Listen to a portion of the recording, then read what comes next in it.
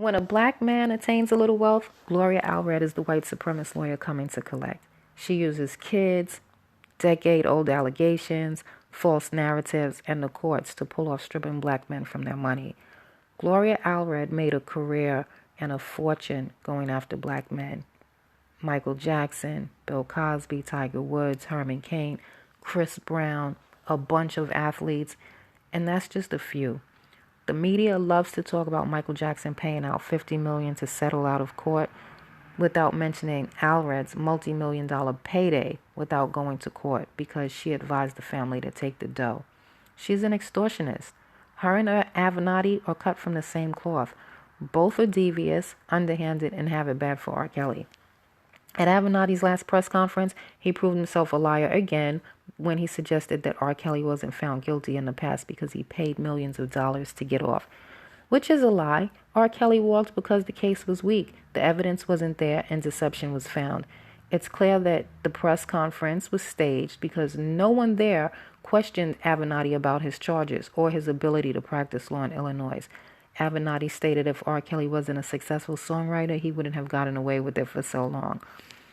Scaminati, if he wasn't a successful songwriter, you wouldn't be there trying to pretend like you're there to defend these black women. And then you said it wasn't about race or bias. No, yeah, you want to stand there and be the white guy that comes to save the black woman from the big bad black man. That's what you were doing with that comment too. And if you weren't white, you wouldn't be getting away with what you're doing. How about that? And neither would Gloria Allred. Her suing spree against pro football players was showing us the shakedown. In the media, it's portrayed as she's getting justice for women. How many women Gloria represented that got millions to settle out of court is never highlighted. Gloria Allred is behind R. Kelly's 2 new charges. Yep, another added to her list. She's representing the Minnesota woman with a weird story about R. Kelly. And this story sounds made up by imbeciles. I agree with the lawyer Stephen Greenberg saying that this is beyond absurd. CBS, of course, jumped at the opportunity to have a 3-minute, 37-second report on the new charges so they can do their smear job on R. Kelly. I find it interesting that the media outlets aren't showing any other lawyers coming out and criticizing Allred and Avenatti's practices. No one's holding a light up to it. But they won't make that a story. The white media teaches and reinforces that nothing they do, meaning whites, is wrong, and black people are the problem. Why else would mainstream media continue talking about the Bill Cosby and R. Kelly cases when there are so many other men like Charlie Rose, Les Moonves, Harvey Weinstein, Kevin Spacey, Jeffrey Epstein, Louis C.K., Tom Brokaw, that have been accused of sexual assault?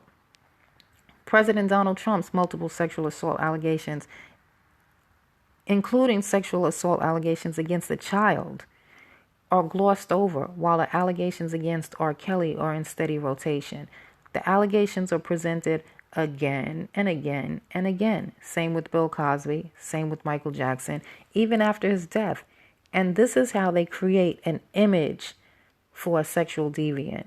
Matt Lauder, Bill O'Reilly, Al Franken, the executive producer of the CW shows, Andrew Kreisberg, director Brett Ratner, Dustin Hoffman, Mark Halperin, Roy Moore, the first George Bush president, veteran Hollywood writer and director James Toback, all have multiple accusers. Some have more than 100. One of them has more than 200.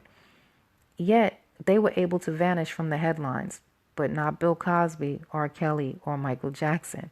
Robert Blake was acquitted for the murder of his wife and was free to live an undocumented life. Not the same deal for OJ. And it's difficult for many people to see beyond what their eyes show them, what they perceive with their eyes. And that is what you have to do when you're watching mainstream media.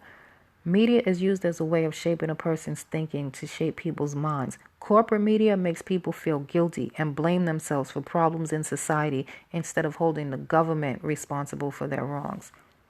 You know, like focusing you on the statistics on black crime and making it a talking point so you'll have black people blaming black on black crime as the essential problem and talking about what we need to do to stop the black on black crime instead of talking about what we need to do to stop state-sanctioned physical violence against black people. The propaganda arm of white supremacy is skilled at altering pictures, showing pictures from different angles that hype up the emotions so that it leads to a distortion of reality. So you must look with a critical eye. Never accept what they present as is. That will have you back in fantasy stories because you lack facts. Case in point, Surviving R. Kelly, Leaving Netherlands, Bill Cosby, Fall of an icon, American Icon, Russian bots. Michael Jackson is dead, and mainstream media justified pushing a documentary about him being a pedophile by saying it is important to do so. Epstein has over 100 accusers. He was set free to rape again, even though they had concrete evidence of his criminal activity. That's an interesting story. No documentary in the works. But there is a new R. Kelly documentary coming out.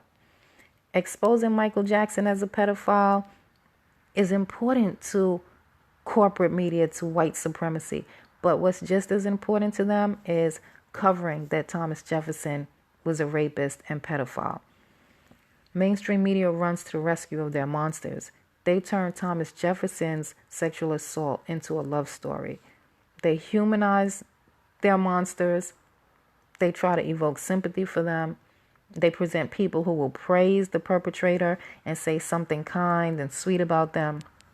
Harvey Weinstein receiving a kiss from the poster child of survivors of sexual abuse, aka Oprah, got a lot of good coverage. Because even if Oprah was being bashed for it, the message that he had support from a person that has survived sexual abuse and is an Hollywood A-lister still prevailed. Mainstream media comes for any black person supporting a black person. They presented R. Kelly's friend that posted bail as unscrupulous and used her mugshot to strengthen their point. Keisha Knight Pulliam, Felicia Rashad, and Camille Cosby were scrutinized for not withdrawing their support from Cosby. Julie Chen, the Asian journalist that surgically altered her appearance so that she can appear more Caucasian and get more jobs within the white media, had the nerve to say she stands by her husband, Les Moonves, that admitted to sexual misconduct and that's all she was going to say about it. And this is after she berated Camille Cosby for standing by her husband. And Camille Cosby's husband denied any sexual misconduct. The dominant media strikes every day. A day doesn't pass that they are not brainwashing society to uphold white supremacy. And white supremacy comes for those using media to push back. They want to maintain control over the social discourse. Your job is to follow their lead. I could have named this commentary R. Kelly indicted on 2 more charges, but that would be me following their lead. No, the discussion I find necessary is Avenatti and Allred are predators using the judicial system to extort R. Kelly, and the system is giving them cover. White nationalists, KKK, white supremacy race soldiers, whatever you want to call them, are on Facebook and YouTube saying the most vile, disrespectful things about black people, and their platform is protected. Black people speaking against the injustice being done to them, pointing out white supremacy practices, and providing tools for black people's survival are getting their channels taken down for hate speech. That tells us hate groups against black people can organize, send signals, and get direction on how to move and how to take us out. But black people can't organize on how to survive. Black people own no media. We have free temporary use of these platforms. And using it to strengthen mainstream media's narrative by following their lead or discussing whether or not Nicole Murphy is a homewrecker or any other silliness is wasted opportunity. Thanks for listening. How do they say it? I listen to channels and they say like, subscribe, share, which I realized it's good that people say that, because sometimes I'm listening to a commentary and I do like it, but then I forget to hit like. But because they say it, it reminds me, oh yeah, let me give you a like. I mean, thanks for listening. Take it in and win.